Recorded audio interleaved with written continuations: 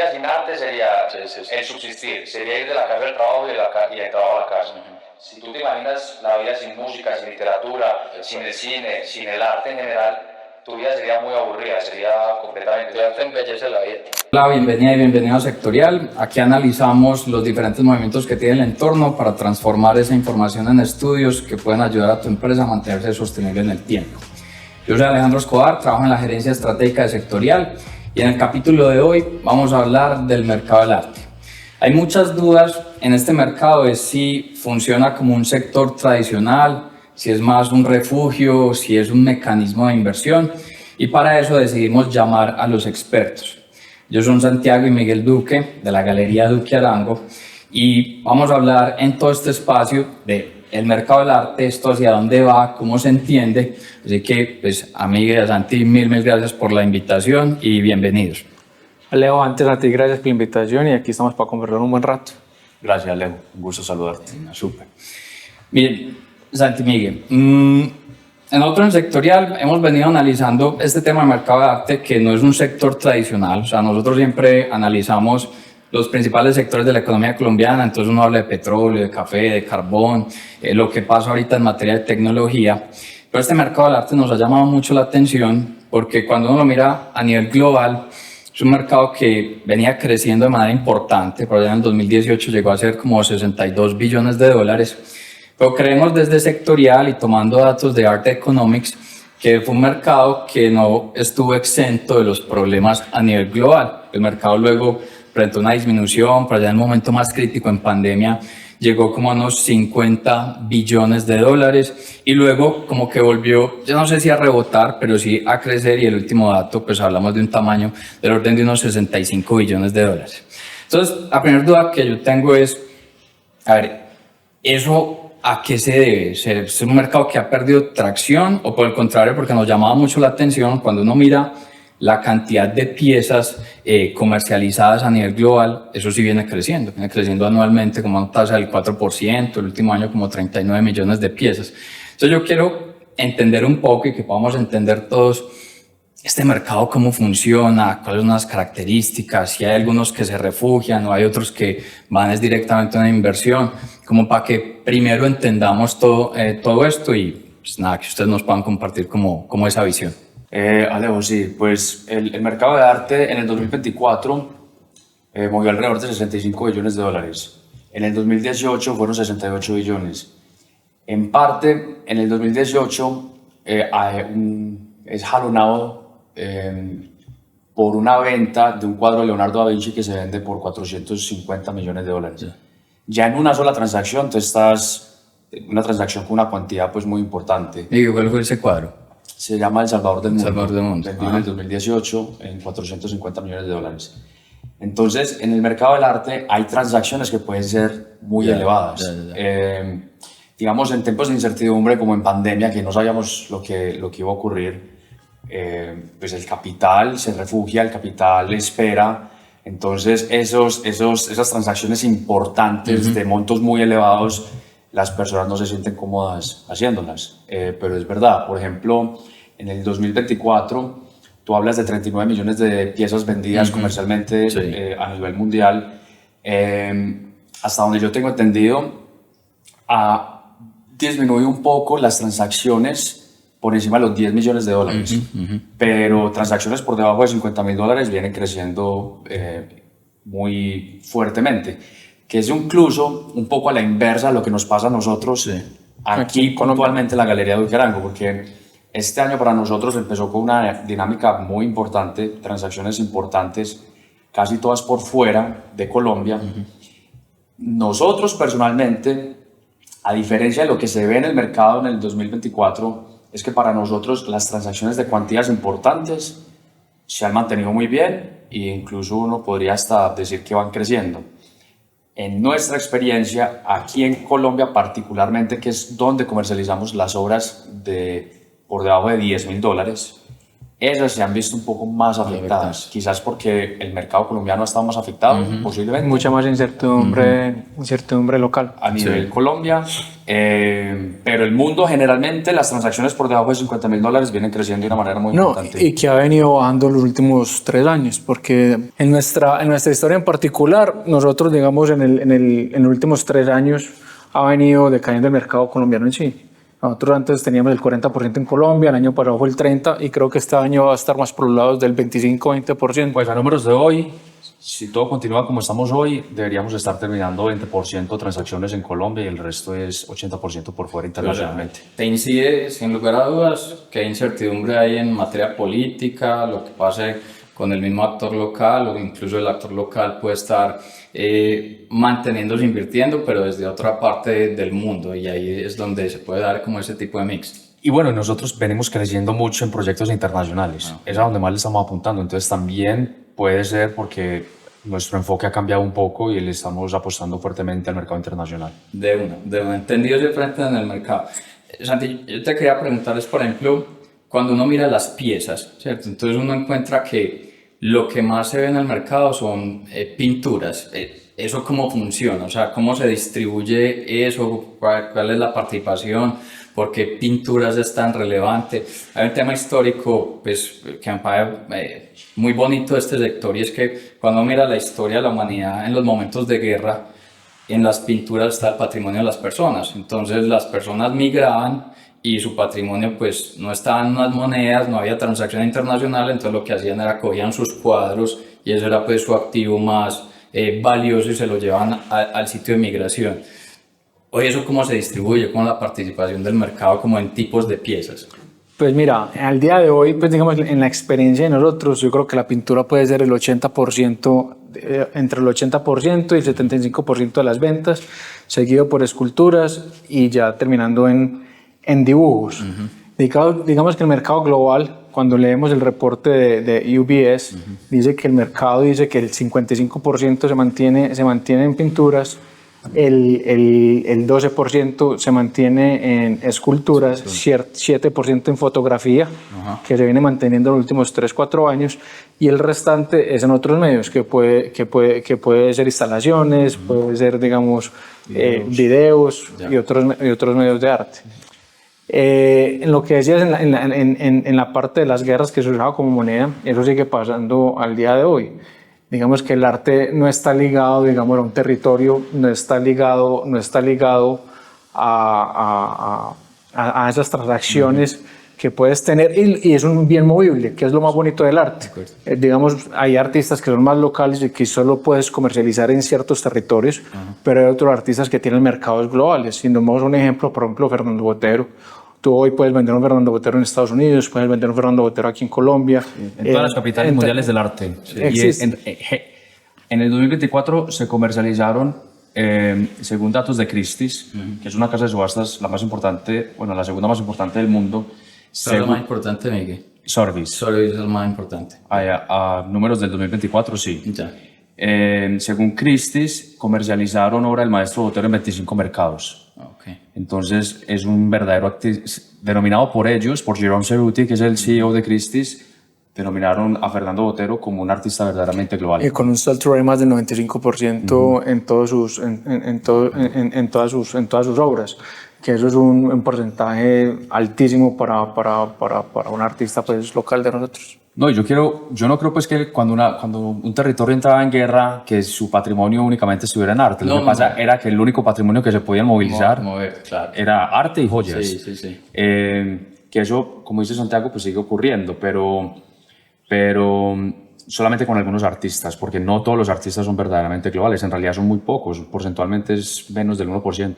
Claro, pero mira también, Miguel, en eso que mencionas es, por ejemplo, si un país entraba en guerra, el valor de su moneda se depreciaba de forma gigante, mientras que una obra de arte o las joyas no se te iba a depreciar, y de ahí pues como todo el crecimiento del valor histórico que se le ha dado pues, a este tipo de mercado. Y Santi tocaba un tema también relevante, y es el arte como refugio. Es que a ver, es bien interesante cuando uno habla como de los activos refugio, porque tradicionalmente en economía uno dice los activos refugios es el oro. Entonces, por ejemplo, en este momento que hay como tanta turbulencia con lo que ha pasado pues con aranceles y todo el tema, entonces precio del oro disparándose. Cuando uno piensa en pandemia, el activo refugio por excelencia fue el Bitcoin, porque básicamente las nuevas generaciones decían, no, venga, oro es para mi papá, para mi abuelo, para mí, yo me refugio más bien en Pero ese yo tipo te de activos. interrumpo ahí, Alejo, pero el bien que más se apreció durante pandemia fue el whisky coleccionable. Exacto, entonces imagínate como ese tipo de, yo no sé si nuevos activos de refugio o activos que no son tan visibles como refugio. Para el economista tradicional es como activo refugio, oro, un bono del tesoro americano, un dólar refugiado en moneda. Pero en arte también hay un refugio relevante si se integra como con eso que mencionaba Miguel, que el artista sea global. O sea, yo no me puedo refugiar pues en un mercado de arte, en un artista que sea exclusivamente local en una turbulencia global. ¿Ustedes cómo lo ven? No, exacto. Bueno, cuando tú hablas de activo refugio, ¿qué es lo que tú buscas cuando refugias un capital? Primero, que no pierda dinero debido a la devaluación de una moneda o a la inflación. Que mantenga su valor en el tiempo, es decir, que la inflación no se lo coma. En el mundo del arte hay ciertos artistas, los que son globales, pero más que todo los que llevan décadas consolidándose en el mercado.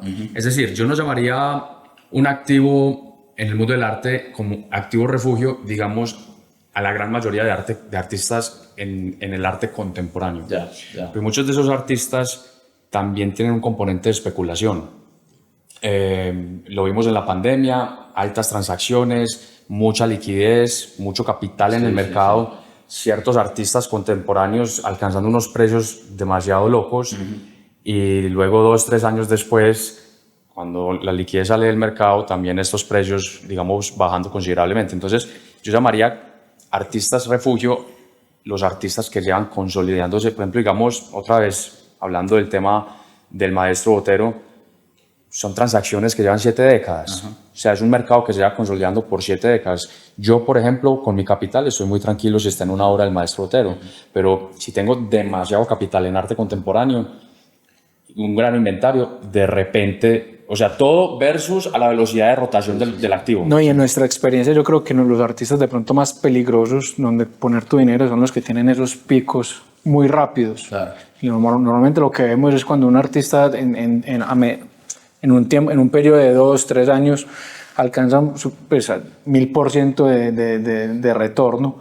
A los 2-3 años ya está valiendo lo que valía en el periodo anterior. Es que ustedes están diciendo ahí un tema bien interesante y bien relevante, y es que este mercado realmente sí tiene características de algunos otros mercados, porque no tiene exención a una especulación o incluso a que se comporten de alguna manera algún tipo de burbuja. Y o sea, cuando uno mira como las historias de las burbujas, la burbuja económica como más, o lo que marcó la historia de la burbuja económica fue por allá en 1630 con la burbuja de los tulipanes. Entonces los tulipanes pues era una flor exótica, como un sinónimo de exuberancia, de riqueza, y se te crea un mercado de especulación gigante y luego pues hay quiebra. Entonces probablemente con, no sé, esos grandes maestros antiguos eso sea un poquito más exento, mientras que pues todo lo emergente ahí uno tiene que tener mucho cuidado. No, y te digo por qué. Cuando tú hablas del oro, del Bitcoin, más del Bitcoin, hoy las nuevas generaciones, digamos que se refugian mucho en ese activo, es porque es un activo limitado. Se sabe cuántos Bitcoin van a haber, cuántos se van a minar y cuántos, hasta qué punto se van a minar y cuándo ya es finito. De acuerdo. En el mercado del arte es un activo verdaderamente finito si estamos hablando de un artista que, digamos, falleció. Entonces, digamos, Pablo Picasso, que es un mercado que lleva casi un siglo consolidándose. Pablo Picasso pues ya falleció, los cuadros o las obras de arte de Pablo que están en el mercado son las que hay, entonces ya no entra nueva oferta en el mercado, y si la demanda continúa subiendo porque hacen exposiciones, porque hay proyectos interesantes en el mercado de Pablo, pues si no hay más oferta, entonces tiende a elevarse y sí sirve como capital refugio. Pero cuando estamos hablando de arte contemporáneo, especialmente artistas jóvenes que tienen una producción importante, que llegan unos precios locos en el sentido de que ya el mercado ya le cuesta continuar adquiriendo las piezas a esos valores y el artista sigue produciendo. No, y que lo controlan dos o tres dealers. Ya. Y empiezan con waiting list y empiezan a pedir que el artista no está produciendo más y le meten un tema dramático también, Claro, digamos, claro. a los precios, que también en sí es parte del No, y es parte, válido, y es parte de este pero es que es negocio. muy válido porque hay entes muy importantes en el mundo del arte que tienen los bolsillos para aguantar. Sí, sí, sí. Entonces, empiezan con un artista que lo ven muy diferente, que tiene algo distinto y llamativo e importante para transmitir en el mundo del arte de una manera que nunca más ha sido transmitida en la historia del arte. Entonces, entran capitales, entran refugios y hay galerías que son capaces de sostenerlos a unos precios muy importantes. Y así el artista, por alguna razón, alcanzó unos precios y de repente salió liquidez del mercado y no se están comercializando las obras. Hay galeristas que son capaces, hay entidades que son capaces de continuar adquiriendo la obra y aguantarla para pasar esos tiempos, digamos, de incertidumbre y continuar y que el mercado sea hasta que el mercado nuevamente vuelva a ser alcista. Entonces, eso sí pasa y pasa bien porque pues cuando hay capital para soportar, lo puedes hacer. El problema es cuando de repente hay mucha especulación y no una entidad verdaderamente importante para continuar soportando el mercado. No, perfecto. Miguel Santiago, creo que esta introducción estuvo más que perfecta porque aquí nos aterrizan muchos elementos porque pues uno, no sé, normalmente concibe como una obra de arte pues en su sentido como más puro, como una pieza que embellece un espacio físico, pero detrás de eso hay una economía y un montón de historias que se generan y ustedes nos están contando aquí dando unos datos bastante claros.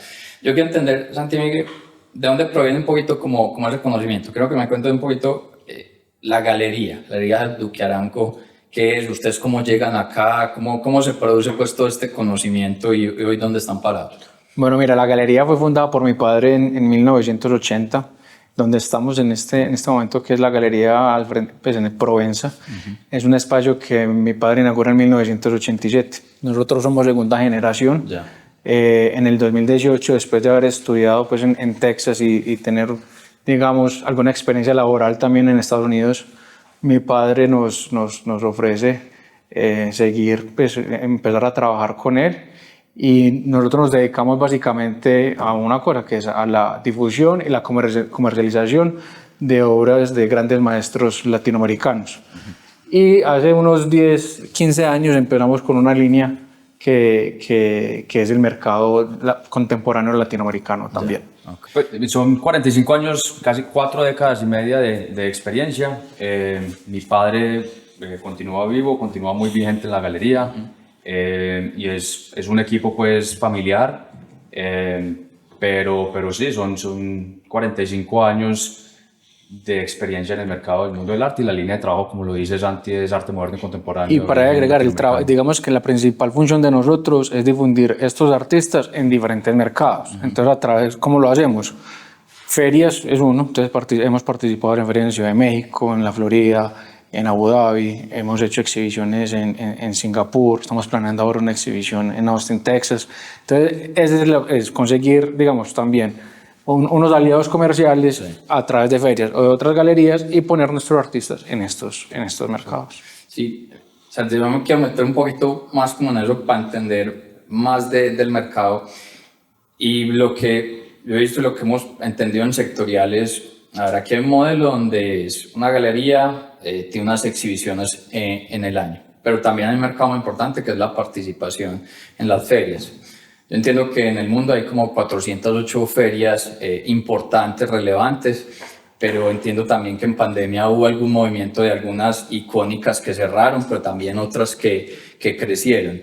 ¿Cómo funciona eso? O sea, ¿cómo funciona el mundo de las exhibiciones? Uno ahí... ¿Qué porcentaje de los ingresos materializa eso? ¿Cuántos es en las ferias? ¿Cómo funciona? ¿Cómo ese tipo de canales? En Sectorial desarrollamos un reporte quincenal sobre las inversiones en infraestructura del país, con el cual podrás conocer los planes de inversión que realizarán el gobierno y las empresas de todos los sectores económicos en los próximos 12 meses. Para conocer más sobre este estudio, visita www.sectorial.co. Sí, normalmente las galerías tienen un calendario expositivo. Por ejemplo, el calendario nuestro en este espacio en el cual estamos, que es nuestra galería principal en Medellín, digamos que el calendario de exhibición está ocupado por los próximos 3 años, donde ya sabemos qué exposiciones vienen de aquí a 3 años. Eso es únicamente dentro de este espacio. Y aquí exhibimos grandes maestros y artistas de mediana carrera. Adicionalmente, Y qué pena, ¿qué es un artista de mediana carrera? un artista que ya ha exhibido en otras galerías, que ha tenido muestras en museos, que aproximadamente lleva más de una década como vocación profesional siendo artista. Ok, perfecto, perfecto. Un artista emergente es un artista que, digamos, acaba de graduar Sí. y lleva poco tiempo ejerciendo la profesión de artista. Ahora, cuando se trata del mercado internacional, que nuestra galería tiene presencia internacional, nosotros nos apalancamos de ferias de arte porque te permite, por un periodo corto de tiempo, entrar a ciertos mercados donde tú no tendrías acceso o que tendrías que inaugurar una galería y empezar a incurrir en gastos operacionales y desgaste energético, etc. Entonces, a través de algunas ferias de arte, en algunos mercados donde nosotros ya contamos con clientela, donde ya son mercados importantes para nosotros, como lo es el mercado de México, por ejemplo. Allá participamos en una feria que se llama Zona Maco, que es la feria más importante a nivel Latinoamérica. Nosotros ya teníamos presencia en México en el sentido de que ya tenemos algunos clientes y hemos hecho muchos negocios en México, pero aprovechamos esta feria para atacar ese mercado. Ahora, hacemos otros proyectos que se desglosan de las ferias. En México puntualmente, inauguramos el año pasado una exposición individual del maestro Julio Larraz, que es un maestro que tiene 81 años. La hicimos en colaboración con el Senado de la República de México. ¿Por qué hacemos eso? Porque tenemos un mercado en México, pero adicionalmente porque es un mercado en el cual queremos abrirle puertas al artista puntualmente. No, y que llevamos también, que eso no es un trabajo de 1 año, 2 años, no, que llevamos 5 años, 6 años participando en Ciudad de México. Es un trabajo que es de constancia porque digamos que culturalmente también diferentes mercados son difíciles de penetrar. Por X o Y razón, digamos, con los clientes mexicanos ha sido de pronto, digamos, ya el primer año nos fue bien, el segundo año nos fue mejor, el tercer año, pero al principio no teníamos los resultados que muchas tenemos. veces las personas creen que ir a la feria ya es en sí un ejercicio exitoso. Por ejemplo, una historia muy curiosa. El año pasado en Miami, que participamos durante el calendario de Art Basel Week, un tercio de nuestro stand, que medía 160 metros, un tercio, o sea, aproximadamente 60 metros cuadrados, se lo dimos a un artista joven que se llama Javier Caraballo. Llevamos 15 horas, hicimos casi un solo show, una exhibición individual de Javier Caraballo en este espacio de casi 60 metros cuadrados. Y se vendió todo. O sea, eran 15 horas, las 15 se vendieron. Pero entonces la gente, el público puede pensar, no, vendieron las 15 horas, les fue súper bien, ganaron un montón de dinero. Y puntualmente en ese espacio es tan costoso que nosotros prácticamente hicimos un break-even, casi que liberamos los costos, porque nada más esos 60 metros costaron $65,000 para poder estar ahí con gastos de instalación, de logística, etc. Entonces, es hacer un solo show, casi un sold out, es decir, que sea 100% exitoso, pero ¿qué es lo que está buscando uno ahí? La difusión y la promoción del artista en unos mercados importantes, el reconocimiento de ese artista y que de ahí se deriven proyectos internacionalmente. Como es el caso de esa exposición, ahorita estamos negociando una exposición en Austin, Texas, que mencionó Santi, para este artista que salió de esta exposición en Miami puntualmente. Lo que decís, Miguel, pues, es sorprendente y Santi, porque o sea, usted a esto también le tiene que meter mucha estrategia. O sea, esto no es simplemente, no sé, tengo representado un gran artista o un buen artista emergente, sino que es mapee mercados, dónde están creciendo, dónde hay capacidad adquisitiva, dónde hay valor en el arte. contanos antes un poquito como esas estrategias que ustedes ven como claves hacia dónde esto se está moviendo. Bueno, como te decía Miguel ahora, Sí, tal cual. lo que te decía Miguel ahora, nosotros, digamos, estamos enfocados mucho en la parte internacional. Ajá. Internacional la atacamos con dos frentes distintos. Lo que acabamos de hablar, ferias es uno, pero la otra parte es toda la parte digital. Tenemos un equipo amplio en la parte digital con la galería, donde tenemos marketplaces, hacemos todo un tema también, digamos, de redes sociales importante, tenemos una parte importante en el SEO, ser relevantes con los artistas en diferentes mercados.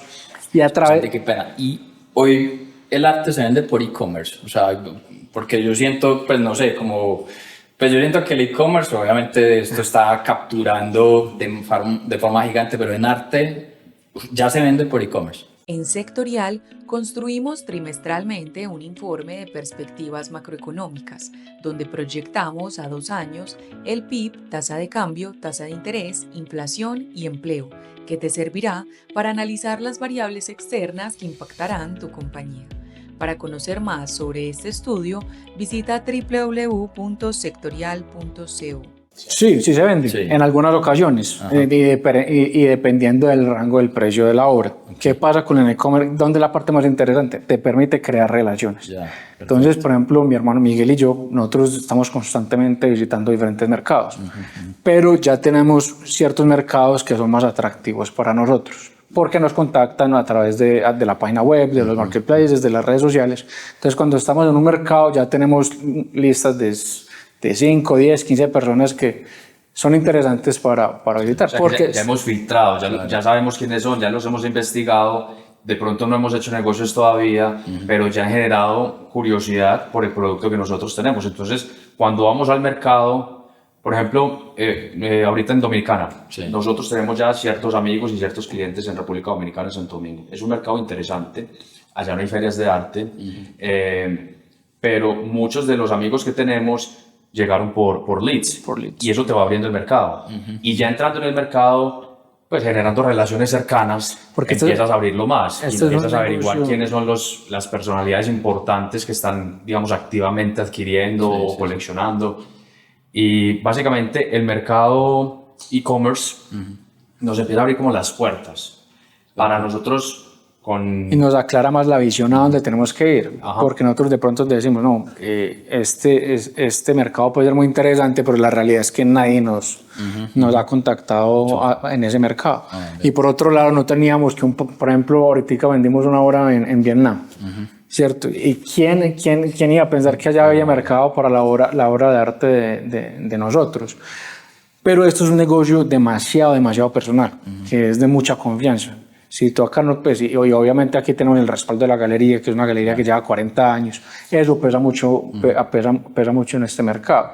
Digamos que ahora ya nos defendemos mejor, pero cuando nosotros cuando teníamos 27 y Miguel tenía 25, unos pelados jóvenes vendiendo obras de unos, Claro. de unos rangos de precios. Maestros antiguos, grandes maestros latinoamericanos, Entonces, como que los emergentes. la gente se frenaba más.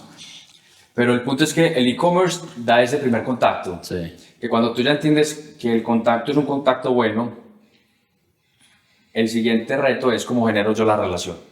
Porque para obras de cuantías importantes necesitas relación, sí o sí. Sí, mira que cuando nosotros hacemos como el análisis del futuro de los sectores, dicen que hay 2 variables que sí o sí se van a mantener. Es decir, se da mucha especulación porque dicen, no, ahora lo que va a mover el mundo de los negocios es los datos y el que tenga los datos. Y claro, eso es importante, pero vos vas a seguir necesitando un muy buen activo, ¿sí? Que es lo que ustedes hacen, y el relacionamiento. O sea, si vos no tenés cómo llegar allá, cómo abrir esa puerta, cómo mantener esa relación activa. Y ni siquiera la parte de una llamada, un Zoom, tú no eres ni el 40% de efectivo cuando tienes una llamada a cuando lo tienes en una cena que pueden estar hablando 2-3 horas Nosotros interactuando. hemos tenido amigos que nos ha demorado hasta 4 años generar, donde uno dice, ya soltó, donde ya hay confianza, ya él confía. Llegar a ese punto, porque las relaciones tienen niveles, es cómo logro yo generar esa relación donde ya si le hablo me responde de una, ya somos, o sea, me sé el nombre de la esposa, los hijos, de lo que le gusta, cuál es su sueño, cuál es qué es su negocio, cuáles son sus aspiraciones, cuáles son sus hobbies. Ese relacionamiento invertirle recursos también. es bien importante. Y algo que sí tenemos Santiago y yo, que cada vez, digamos que yo digo que es una de las razones por las cuales hemos tenido éxito, es que cuando tenemos que apostar, digamos, solo tenemos una persona, una reunión importante en un mercado, y ir a ese mercado va a costar dinero, es hotel, viajes, todo. Y si tenemos la intuición de que vale la pena, si vamos a apostar y podemos apostar en nosotros, vamos a ir, así nos cueste dinero, porque tenemos la confianza de que si logramos generar la relación bien, el cliente genera la confianza y eventualmente, puede en algún momento, puede que se muere 1 año, 2 años o 3 años, no importa. ¿Qué ha pasado? 3 años, 4 años. No importa, pero ya generamos la relación, y eso es lo más importante. Y sabes qué pasa, Alejo, también, que es lo más bonito. Hay veces que vamos por una reunión puntual, pero obviamente nosotros creamos un ecosistema de más reuniones alrededor de lo importante. Y muchas veces lo importante no cierra y termina cerrando una que... No, total. Y ahí se desglosan y se derivan proyectos. Es que ustedes al final, si uno lo pudiera decir, vender, que no es tan exacto, ustedes están metiendo en la confianza y en el patrimonio de las personas. Entonces tiene que haber pues, una cercanía y esa misma confianza de forma relevante. Bueno, algo muy lindo del mundo del arte es que cuando una persona adquiere arte, no manda el financiero, no manda el abogado. Eso es genial. Generalmente es tan íntimo, que generalmente el dueño del capital es el que toma la decisión y quiere ver la obra y quiere conversar. Y entonces, en el celular de nosotros, pues nuestros contactos son realmente nosotros lidiamos con el decision maker, o sea, la persona que tiene el capital y que va a tomar la decisión. No, muy diferente si tú vas a hacer una transacción de un carro o de una propiedad raíz o lo que sea, tú mandas al abogado o al financiero o al asistente. Entonces, a nosotros ese tema íntimo sí nos permite conectar directamente con la persona y generar una relación. Y que generalmente se vuelven amigos. Pues yo tengo amigos que tienen 20 años, 30 años más que nosotros y nos invitan a matrimonios, nos invitan, véngase para acá y salimos a, no sé, y ya pasó la transacción y ya se vuelve un tema, no sé. Y son gente de verdad, o sea, gracias, pues es la industria y es una bendición. Gente muy relevante y muy importante y muy admirable, que es verdaderamente un honor compartir con ellos. Genial. Y Santi, ustedes aquí están dando una cátedra bien interesante, como una mezcla de estrategias empresariales en un mercado que es diferente, donde el tema del relacionamiento es clave. De hecho, hay cosas que han dicho que yo lo contrasto un poquito incluso con el mercado startup. El mercado startup es un mercado que para lograr grandes resultados y grandes valorizaciones del tiempo tiene que quemar mucho dinero, perder dinero, o sea, no estar ni siquiera en utilidad para poder posicionar ese tipo de producto. En el caso de ustedes, posicionar un determinado artista en un mercado. Lo que nos cuentan del análisis internacional, el análisis global, hacia dónde se está moviendo esto para poder llegar y decir cuáles son como esas apuestas calculadas en qué tipo de mercado. De hecho, hoy, por ejemplo, a nivel global, que uno ve un mercado asiático creciendo de manera importante, por ejemplo Indonesia, India, ahorita Santi que mencionaba pues un comprador en Vietnam.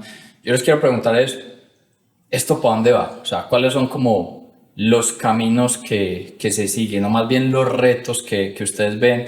Yo miraba un poquito como temas de tamaño de mercado, y Art Economics dice que es un mercado que va a seguir creciendo, pero hay como quienes son optimistas, que digamos de esos dealers, de los diferentes actores, era como entre el 40 y el 50% era muy optimista, pero había un 18% que estaba siendo pesimista sobre el futuro. ¿Ustedes cómo ven el futuro de este mercado? ¿Esto va a crecer? ¿Se mantiene estable? ¿Cómo entienden ese comportamiento futuro? Mira, como yo lo veo es que ahora, por ejemplo, los millennials y la generación Z, digamos que es donde más creció el mercado, digamos, pues, según el reporte UBC.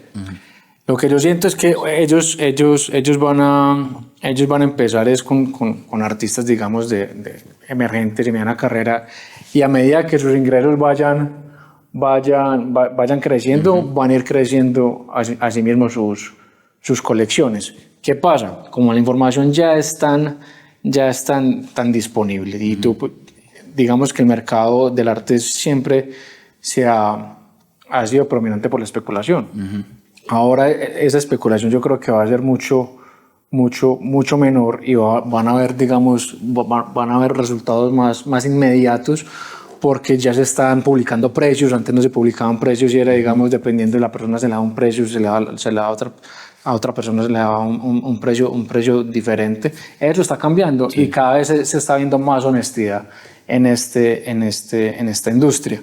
¿Qué más? No, yo lo que pienso es que a nivel macro, la riqueza continúa aumentando, cada vez aumenta más. Y de cierta manera el mundo del arte depende mucho de las personas que tienen buen nivel adquisitivo. En términos vulgares, el rico se hace más rico. Pero más que hablar del tema macro, porque hay aristas pues, que uno obviamente no controla, yo te puedo decir que nosotros sí vamos a seguir creciendo. Y tenemos para crecer demasiado. Porque en la esquina de trabajo, la esquina de línea de trabajo curatorial en la cual nosotros nos movemos, hay mucho potencial. Y los artistas que nosotros trabajamos, a medida que nosotros vamos incursionando en mejores escenarios y en mejores mercados, van a crecer. Es que no hay de otra, porque es un producto bueno que cuando compite con otros productos de arte contemporáneo y moderno a nivel mundial, tiene cómo defenderse. Entonces, si te puedo hablar de nosotros sí vamos a continuar creciendo. Cada vez queremos entrar a mejores escenarios para competir con las mejores galerías del mundo. Y yo sí veo un alto potencial de crecimiento. Yo creo que las personas, como todo, en todas las industrias, hay negocios que están creciendo y hay negocios que están perdiendo market cap. En el mundo del arte también, el 10 o 12 o 18% que tú dijiste que ven negativos, pesimistas, son personas... Son pesimistas. Son pesimistas, envejecieron, no sé. Sí, ellos hablan sobre todo como una de las cosas que tú mencionabas y es el costo de participar en una feria, el costo de atraer un artista, la inversión que hay que hacer en un artista para llegar a posicionarlo. No, lo que yo ya he visto es que en temas operativos ha subido de pandemia a hoy 20-25%, pues se han triplicado los ingresos. Entrar a esos escenarios es costoso. Y aparte del costo, tú tienes que creer, tienes que tener convicción. O sea, tú esperas cosechar. Para cosechar necesitas sembrar, pero para sembrar necesitas creer que el sembrar te va a dar una cosecha. Si tú no crees, entonces no te lanzas al mercado. De repente, como nosotros tenemos energía y estamos jóvenes y tenemos el respaldo de nuestro padre, donde él nos dice, no, yo creo que por aquí no es, de pronto por aquí sí es, a esto sí le podemos apostar. Entonces nos sentimos muy respaldados y vamos con toda. Y las decisiones son más fáciles a alguien que apenas está empezando, que los recursos son un poco más limitados. Entonces ahí tenemos, digamos, cierta ventaja. Hay galerías que se están envejeciendo porque no tienen una siguiente generación y entonces ya no tienen la energía de ir a esos mercados internacionales porque logísticamente es un dolor de cabeza. Entonces, mientras tú creas, o sea, o tengas la convicción de que ir a por el negocio te va a dar un resultado, vas a continuar creciendo, en mi opinión. En Sectorial, desarrollamos mensualmente reportes de comercio exterior con información de las empresas que importan y exportan, países de origen y destino de más de 131 sectores, que te servirá para conocer clientes o competidores que comercializan tu misma partida arancelaria. Para conocer más sobre este estudio, visita www.sectorial.co. Miguel, Santi, ¿cómo ven el tema como multisectorial? O sea, este mercado puede participar en otros sectores, apalancarse de otros sectores. Pero a nosotros, por ejemplo, nos ha llamado mucho la atención en diferentes tipos de nichos. Por ejemplo, hay una marca española que es de lujo, ellos llaman Loewe, y ellos se pegan del arte surrealista para crear sus piezas de moda y lo venden a un valor muy diferente. Entonces hay como una simbiosis como entre el arte y la moda, el arte y el lujo. ¿Ustedes cómo ven eso? ¿Eso qué lo explica? ¿Cuáles son como esos nichos en los que uno se apalanca y trabaja en conjunto? Es que yo creo, Alejo, que el arte es el mayor diferencial que tenemos en la actualidad y va a ser así por cientos de años más. Tú ves marcas de lujo que se tienen que apalancar de un artista para darle más valor a su marca. Tú ves una marca de reloj que se apalanca de artistas para darle más valor a su marca, de carros, pero no lo ves de artistas con marcas. No lo ves de la manera... No, porque es que lo que pasa es que a esos productos que tú mencionas o la compañía que mencionas son productos masivos. Y tú lo quieres volver de lujo. Entonces, para volverlos de lujo, lo único que puedes hacer para lograr volverlo ultra lujo es precio-calidad, obviamente, que ahí esté pues el valor de lo que estás pagando. Pero lo tienes que volver exclusivo.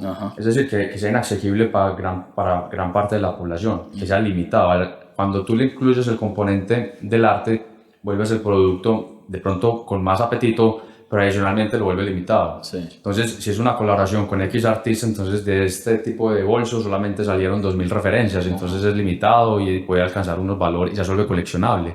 Que todas las marcas de lujo le están apuntando a eso. Yo prácticamente, a finales del año pasado, yo hablaba con un amigo que se llama Ray Takran, él es fue el chairman y presidente de LVMH, Louis Vuitton Moet Hennessy, para South Asia y el Middle East. Y él fue el primero en hacer boutiques de Louis Vuitton en China, donde el primer piso era un museo y el segundo piso era la boutique de Louis Vuitton. Esa simbiosis, esa unión... Hay simbiosis. Exacto. Esa unión básicamente que hace que el producto de Louis Vuitton ya parezca una obra de arte. Por ejemplo, tú ves ahorita la Europeana. Entonces vas a, digamos, una inauguración de una nueva colección de la Europeana. Y eso se parece, es un museo. Ellos están apuntando a que sea un museo. En este momento están haciendo un opening en China, en un museo, alquilaron un museo para hacer el opening de una nueva colección. Si su producto, que es de ultralujo, lo unen al arte y lo vuelven pieza completamente exclusiva, es decir, limitada, ya eso es, ya logran verdaderamente llamarlo lujo. Pero si, por más costosa que sea, si tú produces masivamente y cualquier persona puede acceder, así sea costoso, puede acceder a ese producto, entonces ya no es ultra lujo. ¿Y ustedes creen que ahí hay espacio, por ejemplo, a ver, Colombia en medio pues de la coyuntura económica que hay, son pocos los sectores que crecen a una tasa impresionante. En Colombia hay un boom sin lugar a dudas de lo que ocurre en el entretenimiento. Tanto pues en la parte de conciertos, en lo que tiene que ver con apuestas, ahí hay simbiosis, ahí hay posibilidad de hacer simbiosis. A mí me llamaba por ejemplo la atención Parkwood Entertainment, que es pues a nivel global. Ellos hicieron un tema muy teso y cogieron a Beyoncé en el Tour Renaissance y básicamente convirtieron eso en una pasarela en vivo. Entonces apalancaron marcas de moda a partir de ese tipo de elementos. Ustedes ven en Colombia con este boom en entretenimiento que hay elementos de los cuales el arte se puede apalancar o al revés, este entretenimiento se debe desapalancar del arte si quiere, no sé, crear algún tema diferencial. ¿Cómo ven eso? Yo creo que va de parte y parte. Cuando el arte se apalanca, el entretenimiento se puede volver más masivo en el sentido de que puede estar en los ojos de más personas y de pronto generar un apetito. Pero desde el tema de exclusividad y categoría y buen gusto, cuando estas marcas de entretenimiento se unen al arte, generan un producto, digamos, más exclusivo. Entonces sí, yo creo que se pueden apoyar ambos. Y hay un tema también, no sé, tú cómo lo ves, y es, a ver, otro del boom, de los poquitos boom económicos que nosotros tenemos como país es el turista internacional, ¿sí?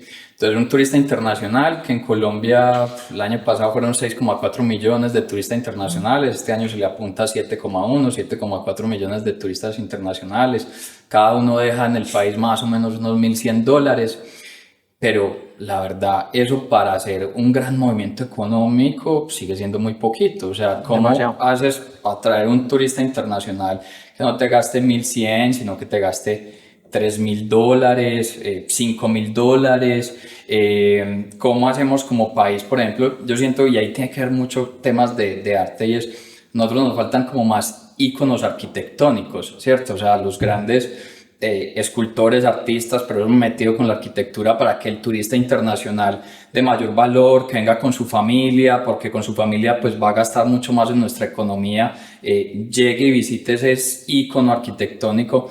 Pero también hay como si no sé, si el país viera como más elementos de estos de Totalmente. arte, ahí puede jalonar mucho más. Totalmente, y es muy difícil adquirir eso cuando llegas, lo primero que ves cuando llegas, estás saliendo al aeropuerto, es una valla es una valla pues de una discoteca Sí. de las que sabemos, ¿cierto?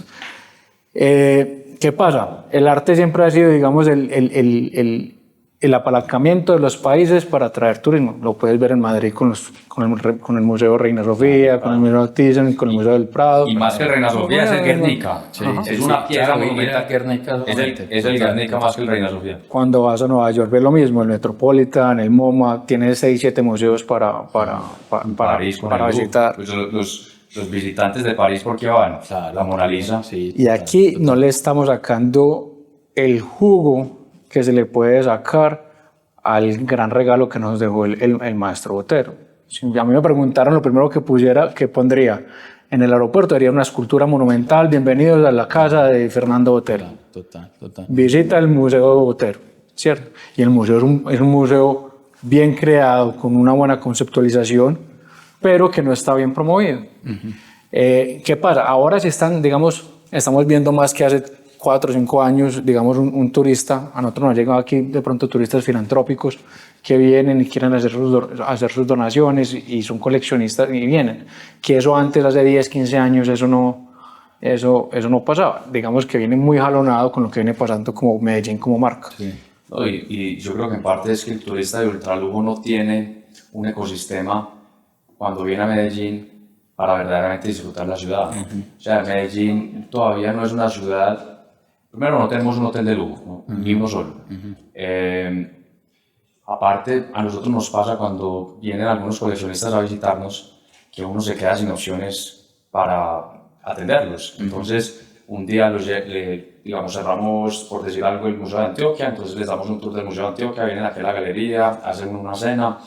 De repente, entonces, pues como el icono arquitectónico que tenemos aquí en Medellín es la Piedra del Peñol.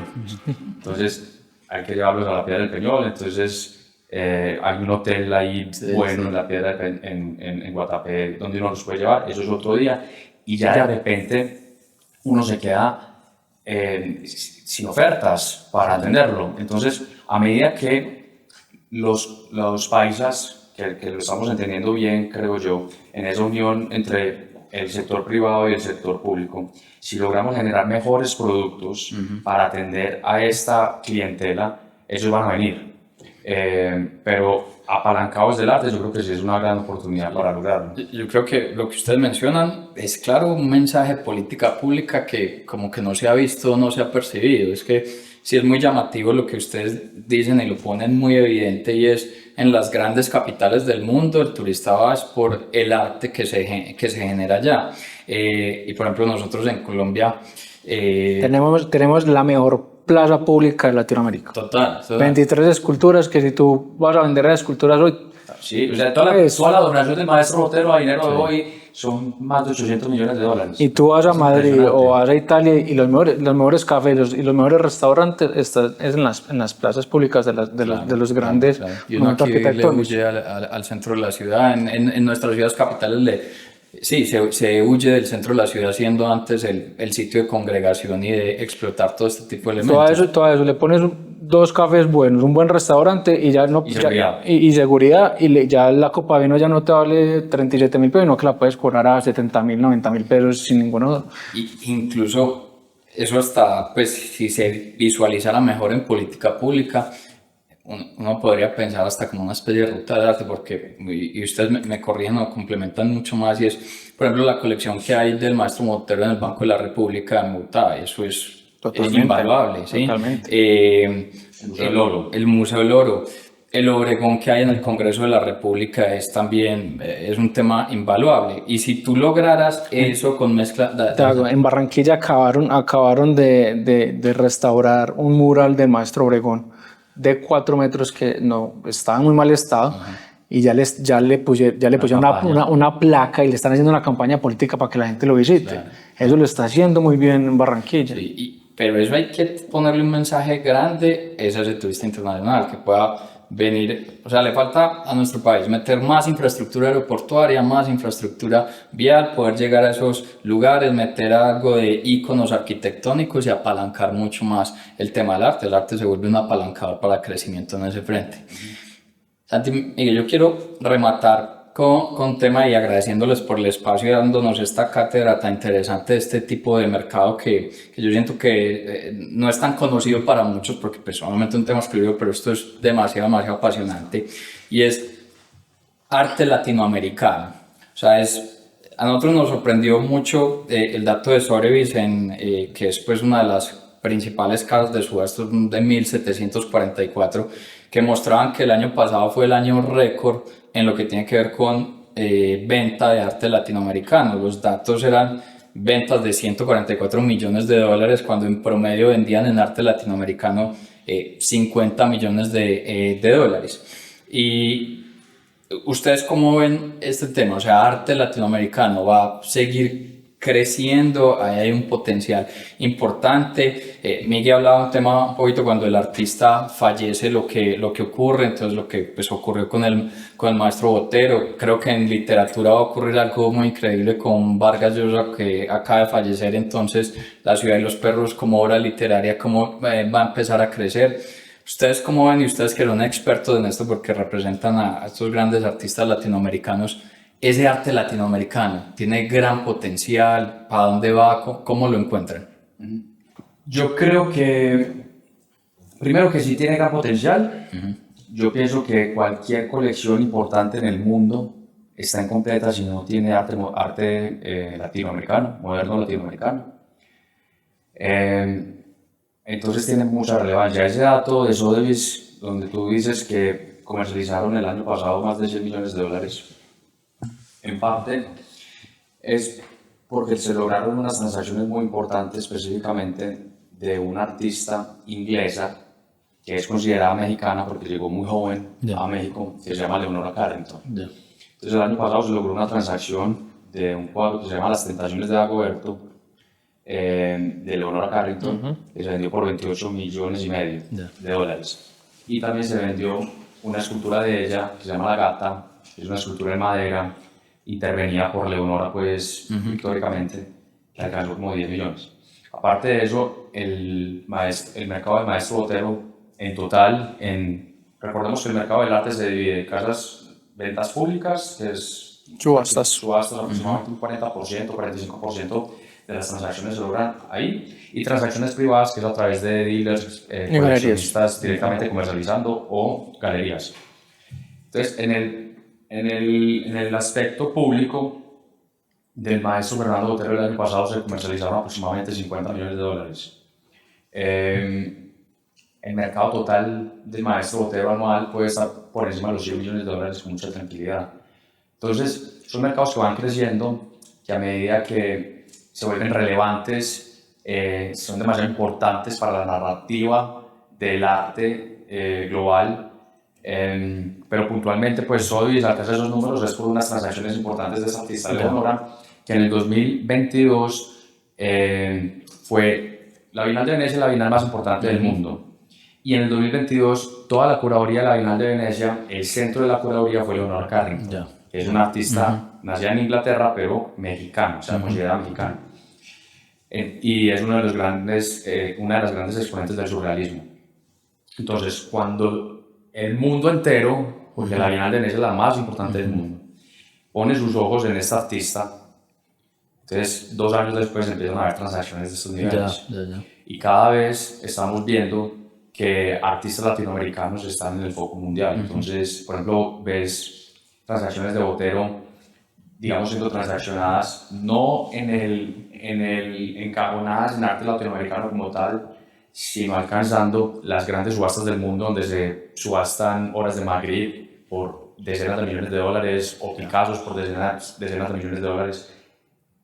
Obra de Fernando Botero entrando en estos mercados, obras de grandes maestros latinoamericanos entrando en estas ventas, donde están compitiendo ya con los grandes exponentes del mundo del arte, de la historia del arte. Y dame yo completo, amigo, y no solo eso, los grandes museos están llamando a artistas latinoamericanos. Ahorita estaba Wilfredo Lamen al segundo semestre de este año va a estar en el MoMA, que es el Museo de Arte Moderno más importante en el mundo. Está Leonora Carrington, Olga Amaral acabó de hacer una exhibición inaugurando el nuevo museo de Cartier la Fundación Cartier, y lo va a replicar ahorita en el ICA, que es el Institute of Contemporary Art en Miami. Entonces grandes museos y grandes entidades están creyendo internándose por este tipo de arte, que lo que hace eso es jalonar también el mercado. O sea, eso si uno lo denominara como esos grandes artistas que de esta manera ya han tenido una trayectoria, una consolidación. Ustedes tienen un tema muy bonito, muy bacano, que es también lo que generan en la Galería Duque Arango Contemporáneo. Ahí, ¿cómo están viendo? Pues en el tema de arte latinoamericano contemporáneo, ¿cómo se está moviendo? ¿Lo ven también con ese gran potencial? ¿Ahí qué han encontrado? Pues mira, Duque Arango Contemporáneo es un espacio que nació para darle oportunidad a artistas de pequeña carrera, emergentes, un espacio para ellos tener, digamos, enrobustecer su hoja de vida. Es decir, creemos en un artista y le damos el espacio para que haga una exhibición y, digamos, Duque Arango Galería ya tiene tiene una fundación importante que le da más credibilidad al artista. Digamos que son obras que pueden ir entre los 3 millones hasta los 15, 20 millones de pesos. Pero en este momento lo que estamos viendo dentro de contemporáneo es que la gran mayoría de transacciones son de extranjeros. Personas que vienen a visitar Medellín se enamoran del arte que exhibimos y se lo llevan.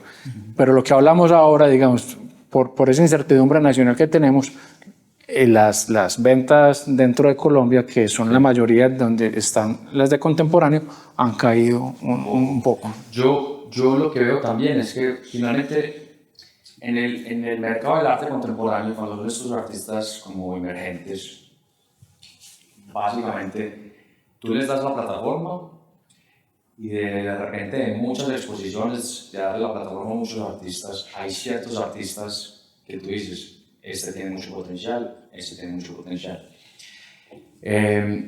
Y entonces a nosotros nos pasó, en esa galería inició mi madre con un artista que se llama Javier Carvalho, un artista barranquillero. Recién salió de la universidad y ese artista comercializaba obras de 2 millones, 3 millones de pesos y se comercializaba muy bien. Y él mismo fue mejorando su estilo pictórico, su oficio, su pincelada, y ha ido creciendo mucho hasta el punto donde en el 2021 nosotros firmamos un contrato de exclusividad con el artista y ya teniendo la exclusividad lo hemos introducido. Un paréntesis ahí, un contrato de exclusividad es un contrato que la galería firma con el artista, que la galería es el único que tiene los derechos de vender Generalmente eso ya no se hace en el mundo del arte. Nosotros todavía lo hacemos, pero las galerías, por ejemplo, en el mundo generalmente no lo hacen. Porque es mucha presión y mucho compromiso para la galería. No, y gastos. Pues. Pero básicamente con este artista lo hemos llevado a diferentes mercados y es un artista que gusta mucho y la obra pues ha tenido una plusvalía importante.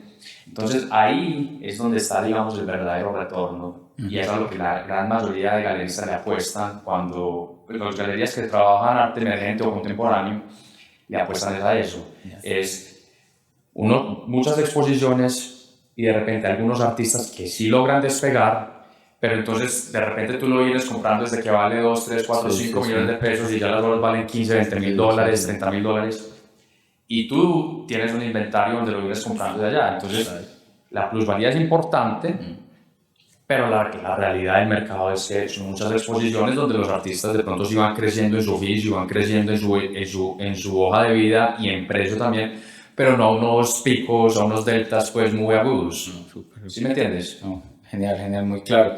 No, Santi Miguel, mil gracias por el espacio. Creo que aquí nos dan una cátedra y una información demasiado valiosa para entender este mercado. Pues primero que es tan bonito, porque la esencia es embellecer unos espacios, pero que tiene un montón de trasfondo. O sea, miren, hablamos de activo refugio, tamaño de mercado, cómo funcionan ferias, cómo funcionan exhibiciones, el arte latinoamericano, cómo ha sido todo esto incluso de generar algún tipo de elementos de política pública apalancado a través del arte. Entonces, darles las gracias por el espacio. No sé si nos queda algo pendiente, algún comentario, algún tema adicional que quisieran compartir de gran valor. Yo, pues primero, las gracias, Alejo. Entender que como el podcast es financiero, nos metimos por el lado financiero, pues, y las bondades financieras del mercado del arte. Pero la realidad es que la parte financiera del mundo del arte es, digamos... La parte más vulgar de... Sí, vulgar y es como lo menos importante en realidad, porque verdaderamente el arte en general, todas las disciplinas artísticas, es lo que te saca de lo mundano. Si la vida sin arte sería el subsistir, sería ir de la casa al trabajo y del trabajo a la casa. Si tú te imaginas la vida sin música, sin literatura, sin el cine, sin el arte en general, tu vida sería muy aburrida, sería completamente... El arte embellece la vida. Exacto. Totalmente. Entonces, el verdadero gozo, el verdadero disfrute de adquirir una obra de arte, de soñarla, de buscarla, de encontrarla, y las de conversaciones, de coleccionarla, de vivir las historias que ha tenido esa obra de arte, de acompañar a un artista en su proceso, digamos, creativo, y más que creativo, en décadas y décadas de carrera, da una satisfacción, digamos, muy verdadera, muy pura y muy bella. O sea, que es verdaderamente lo importante del mundo del arte y específicamente pues de nuestra industria. Entonces, bueno, nos fuimos por el lado financiero porque había que hacerlo, pero quería dar ese comentario. No, genial, Miguel y Santi, mil gracias por el espacio y no, nos dan aquí una información y me quedo también con ese mensaje final que es que, claro, el arte en sus diferentes disciplinas lo que hace es embellecer la vida. Ustedes mil gracias por acompañarnos. Recuerden que semanalmente estamos generando estos diferentes espacios para tener conocimiento transversal en los diferentes sectores. Los invito a que nos sigan en las diferentes redes sociales, que sigan a Eduquerango, que crean un elemento también muy bonito, es que a través de las diferentes redes de Eduquerango cuentan las historias que hay detrás del arte. Mil gracias. Gracias, Alejo. Gracias.